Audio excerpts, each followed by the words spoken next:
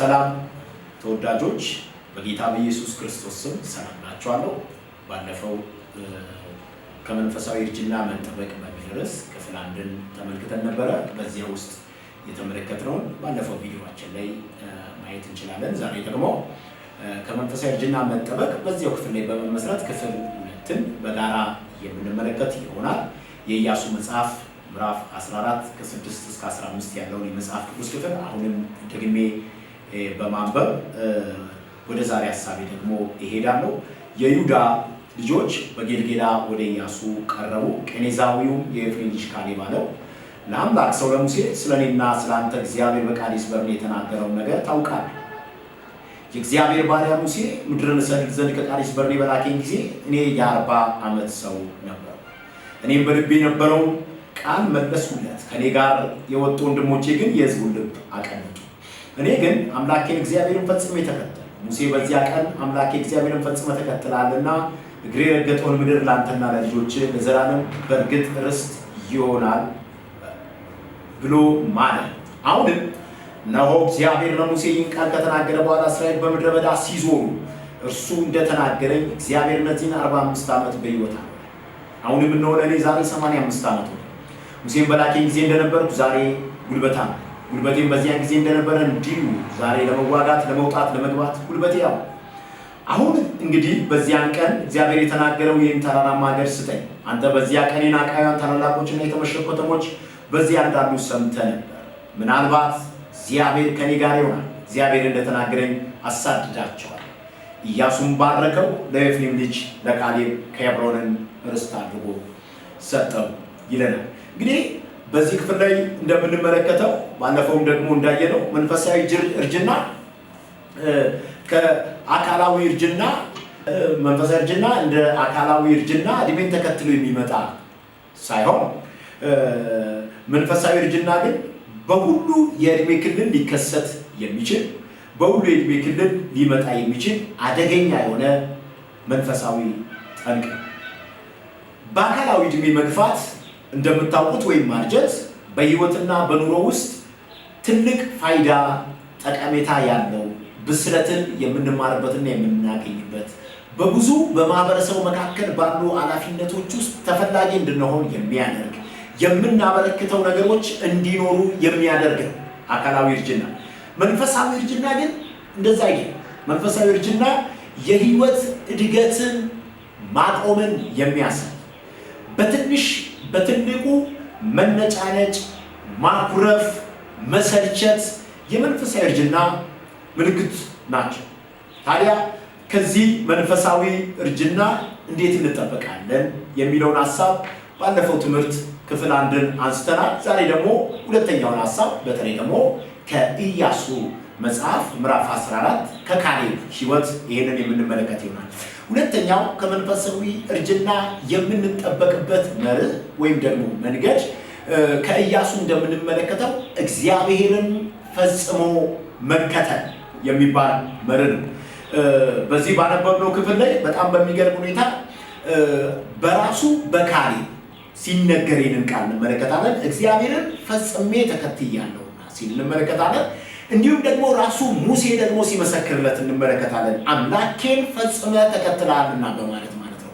ይሄ ብቻ አይደለም፣ ራሱ ደግሞ ኢያሱ ሲመሰክርለት እንመለከታለን። ስለዚህ በዚህ ክፍል ውስጥ ካሌብ ከመንፈሳዊ እርጅና የተጠበቀው ከመንፈሳዊ እርጅና መጠበቅ የቻለው እግዚአብሔርን ፈጽሞ በመከተል እግዚአብሔርን ፈጽሞ መከተል ማለት ባልተከፈለ ልብ መከተል፣ እግዚአብሔር የተናገረውን ንግግር በሙሉ ልብ ማመን፣ በሙሉ ልብ መቀበል፣ ሁኔታው ባይመስል፣ ዙሪያ ገባው ባይመስል፣ እግዚአብሔር የተናገረውና እየሆነ ያለው ነገር ባይመስል እንኳን እግዚአብሔር ያለውን ነገር በሙሉ ልብ አምኖ ተቀብሎ ለዚያ ለእግዚአብሔር ንግግር በሙሉ ኃይል መውጣት ማለት ነው። እግዚአብሔርን ፈጽሞ መከተል ማለት እንደምታውቁት አንዳንድ ጊዜ ልጆቻችን ሕፃናት የሆኑ ትንንሽ ልጆቻችን እኛ ያላቸው ነገር ባይመስል እንኳን ልጆች በእኛ ስለሚተማመኑ፣ በወላጆቻቸው ስለሚተማመኑ፣ በአሳዳጊዎቻቸው ስለሚተማመኑ ሙሉ ለሙሉ ወላጆቻቸው ያሏቸውን ይቀበላል። ያን ተቀብለው ትክክል ከሆኑ ከሌሎች ሰዎች ጋር እንኳን ሊከራከሩ ይችላል። ይሄ የሚያሳየው በሙሉ ልብ በወላጆቻቸው መታመናቸው ወላጆቻቸው ካሏቸው ውጪ ሌላ ነገር ለመቀበል ፈቃደኛ ለመሆናቸው የሚያሳየው። ካሌብ ልክ እንደዚህ በሙሉ ልቡ በሙሉ ኃይሉ እግዚአብሔርን ተከትሎ ነበር። ከዚህ የተነሳ ከመንፈሳዊ እርጅና ተጠብቆ ነበር። ከመንፈሳዊ እርጅና አካሉ አርጅቷል። ልክ ኢያሱ እንዳረጀው ካሌብም አርጅቷል። እድሜያቸው ብዙ የተራራቀ አይደለም። በተወሰነ መልኩ ኢያሱ እንደሚበልጥ ቢያመለክትም ግን ብዙ የተራራቀ አይደለም። እሱ ብቻ አይደለም። ኢያሱ ባለፈበት መንገድ ሁሉ ካሌብ አልፎ በምድረ በዳ ሆኖ ኢያሱ እንዳለፈ ካሌብ አልፎ፣ በጦርነት ነው ኢያሱ እንዳለፈ ካሌብ አልፎ። ኢያሱ ግን ለምን ተጠበቀ ካላችሁ በሚያልፍበት መንገድ ሁሉ ያልፍ የነበረው በሙሉ ልብ እግዚአብሔርን በመከተል። ለዚህ ነው እድሜው ገብቶ አርጅቶ በቃ ሊባል በሚችልበት የእድሜ ክልል ላይ ሆኖ እርሱ ግን በ40 ዓመት ጉልበታም እንደነበር ዛሬም ጉልበታም ነኝ ብሎ ሲናገር እንመለከታለን። ስለዚህ አንዱ ከመንፈሳዊ እርጅና የምንጠበቅበት መንገድ እግዚአብሔርን በሙሉ ልብ እግዚአብሔርን ፈጽሞ በመከተል ፈጽሞ ትርፍ ባልሆነ ሁኔታ ባልተከፈለ ልብና መንፈስ በመከተል ከመንፈሳዊ እርጅና እንጠበቃለን። ሌላው ከዚሁ ክፍል የምንወስደው ሶስተኛው ከመንፈሳዊ እርጅና የምንጠበቀው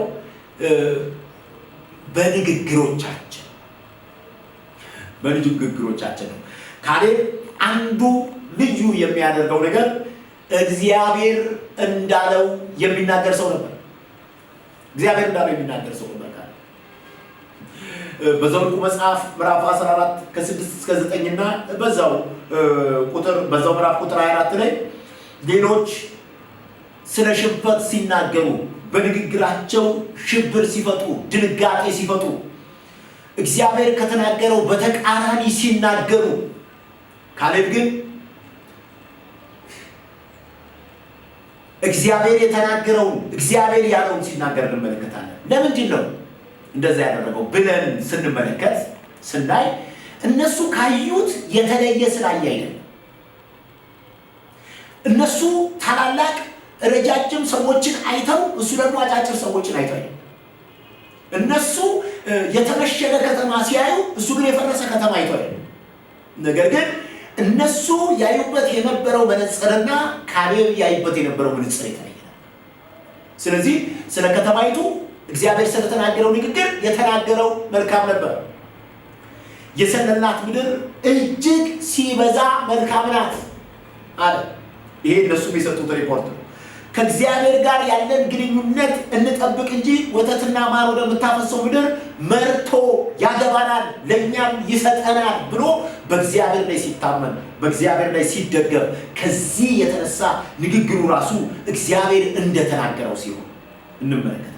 እንደ እንጀራ ይሆኑልናል እንጎርሳቸዋለን ብሎ ሲናገር እግዚአብሔር የተናገረውን ተማምኖ ስለተናገረ፣ ስለዚህ ዛሬም ብርቱ ነኝ። የ85 ዓመት ሆኖ በ40 ዓመት እንደነበርኩት ዛሬም ብርቱ ነኝ። እግዚአብሔር የገባልኝን ቃል ይፈጽምልኛል። እሰጥሃለሁ ብሎኛል፣ ይሰጠኛል። አወርሳቸዋለሁ ብሎኛል፣ ያወርሳኛል ብሎ ሲያምን ይሄ ያመነውን እንደ እግዚአብሔር ቃል ሲናገር ደግሞ እንመለከታለን። ንግግር በጣም ከባድ የሆነ በርካቶችን ከመንፈሳዊነት ያጎደለ ነገር ለንግግር መርህ የሚሆኑንን ከ3 የመጽሐፍ ቅዱስ ክፍሎች ጥቂት ነገሮችን ቶሎ ላንሳና ጨርሳለሁ። የመጀመሪያው መዝሙር 19:14 ላይ እንደዚህ ይላል፣ መጠጊያዬና አዳኜ እግዚአብሔር ሆይ የአፌ ቃልና የልቤ ሐሳብ በፊት ያማረ ይሁን ብሎ መዝሙረኛው ሲናገር እንመለከታለን። ንግግሬና ኑሮዬ የታረቀ ይሁን ሲል እንመለከታለን። ስለዚህ ሁሉ ጊዜ ንግግራችንና ኑሯችን የታረቀ መሆን አለበት። የምንናገረው ሌላ የምንኖረው ሌላ መሆን የለበትም። ያማረ ይሁን ሲል የታሰበበት ድንገት እንዳመጣ ያልተነገረ መሆን አለበት። ሌላው ንግግራችንን እግዚአብሔር ንግግሬ አንተም የምትሰማው ስለሆነ በእኔም ዘንድ በሰውም ዘንድ በእግዚአብሔርም ዘንድ ተቀባይነት ያለው ይሆን እያለ። ስለዚህ የተወደዳችሁ ስንናገር እንዳመጣለን እንደተሰማን በስሜት በመነዳት አንናገር። በእኛም በሚሰሙንም ደግሞ በእግዚአብሔርም ፊት ተቀባይነት ያለው ንግግር እንናገር። ሌላው የኤፌሶን መጽሐፍ ምዕራፍ 4 ቁጥር 29 ላይ እንደ አስፈላጊነቱ ሌሎችን የሚያንጽና ሰሚዎችን የሚጠቅም ቃል እንጂ የማይረባ ቃል ካፋችሁ አይውጣ ይላል። የመጀመሪያው እንደ አስፈላጊነቱ ነው። አያችሁ፣ መናገር ያስፈልጋል ብሎ በማሰብ መናገር። በእርግጥ መናገር ያስፈልጋል ብሎ በማሰብ መናገር። ሌላው የምናገረው ንግግር ሌሎችን ይጠቅማል ወይ ያንጻል ወይ ብሎ በማሰብ መናገር ያስፈልጋል። አንዳንድ ጊዜ የሆነ የመጎዳት ስሜት ስለተሰማን መናገር፣ ንግግሮቻችን የመጎዳት ስሜት የወለዳቸው መሆን እንደሌለባቸው እንዲሁ ከክፍሉ እንማራለን። ቆላስይስ 4:6 ላይ ደግሞ ለእያንዳንዱ ሰው እንዴት መልስ መስጠት እንደሚገባችሁ ታውቁ ዘንድ ንግግራችሁ በጨው እንደተቀመመ በጸጋ የተሞላ ንግግር እንደ ቃሉ ሲሆን ማለት ለሚመልሷላችሁ ለሚጠይቋችሁ መልስ ስትሰጡ እንደው መልስ ስለምታውቁ ብቻ አትስጡ። በጨው እንደተቀመመ ጨው ነገርን ምግብን ከመበላሸት የሚጠብቅ ከመበስበስ የሚጠብቅ ልክ እንደዚሁ በጨው እንደተቀመመ በጸጋ ይሁን። ለጉዳት ተነግሮ ለማጥቃት ተነግሮ ሊሆን ይችላል። ግን ለማጥቃት ስለተነገረ ለማጥቃት አትናገሩ። ስለዚህ ሁሉ ጊዜ ንግግራችን እንደዚህ መሆን እንዳለበት እንመለከታለን። ኢያሱ ልዩ የሚያደርገው ነገር ከመንፈሳዊ እርጅና የተጠበቀ ሕይወት ሊኖረው የቻለው በዚህ ምክንያት ነው። አራተኛው ከመንፈሳዊ እርጅና የምንጠበቅበት የመጨረሻ ማነሳው ነጥብ ፊተኞችን ማክበር የሚል ይሄ ፊተኞችን ማክበር የሚለው ቃል በጣም የሚገርም ነው። በተለይ በካሌብ ሕይወት ውስጥ በሚገርም ሁኔታ የምንመለከተውና የምናጤነው ነገር እንደሆነ እንመለከታለን። ካሌብ በዚህ ዙሪያ የተለየ ስብዕና ያለው ሰው አልፎ ረግጦ ጥሶ ማንም ምንም አያመጣም ብሎ የሚሄድ ሰው አይደለም። ምክንያቱም ካሌብ መስመርን ጠብቆ የሚሄድ በመጽሐፍ ቅዱስ ውስጥ እንደተገለጠው የእግዚአብሔር ስርዓትን ጠብቆ የሚሄድ ሰው። ዛሬ ጉልበት ስላለው ሌላው ስለደከመ ጥሶ የሚሄድ ሰው፣ አልፎ የሚሄድ ሰው።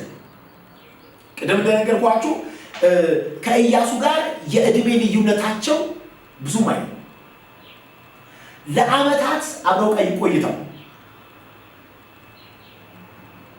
ቃሉ እንደሚነግረን ኢያሱ ግን መሪው፣ ካሌብ ደግሞ እንዳጠቃላይ መሪ አልሆነም። ኢያሱ ምንም ቢያረጅ ምንም በቃኝ ቢል ካሌብ ግን ወደ ኢያሱ መጣና ይሁንታውን ሲጠይቅ ባርኮቱን ሲጠይቅ እንመለከታለን።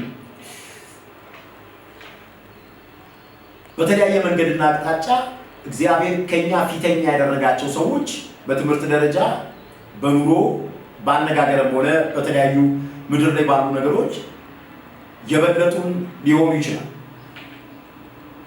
እግዚአብሔር ከፊታችን ካደረጋቸው ግን አልፈን አንሂድ። አልፈን ስንሄድ የሚከሰተው ነገር የመጀመሪያ እግዚአብሔር አብሮን አይሆንም። ሌላው የሚያንጸባርቀው የሚያስተላልፈው መልእክት ትዕቢትና የልብ ኩራት ነው።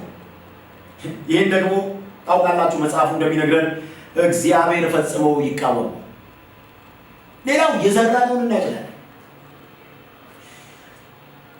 በእግዚአብሔር ቃል ውስጥ የተቀመጠውን የእግዚአብሔርን ስርዓት እንቃወማለን። ስለዚህ ከመንፈሳዊ እርጅና የምንጠበቅበት አራተኛው ሀሳብ ፊተኞችን ማክበር፣ የፊተኞችን ቡራኬ ይሁንታ ሳንቀበል አንወጣ።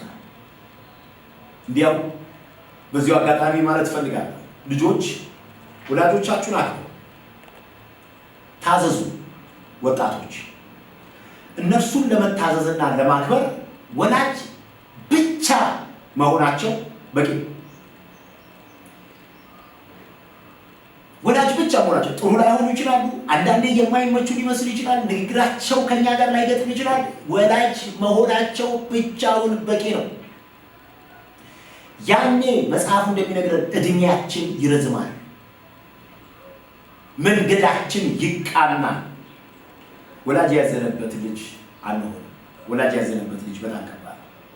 ሰራተኞች፣ በተለያየ የሥራ መስክ ያለን ሰራተኞች፣ በተለያየ የሥራ ዘርፍ ደረጃ ያለን አማኝ ሰራተኞች የሥራ ኃላፊዎቻችንን እናክብር፣ እንቀበል፣ አንዋሽ። ነገ ይህን ቦታ ለእኛ ቢደርሰን ይህንኑ የዘራነው ስለሆነ የምናጭነው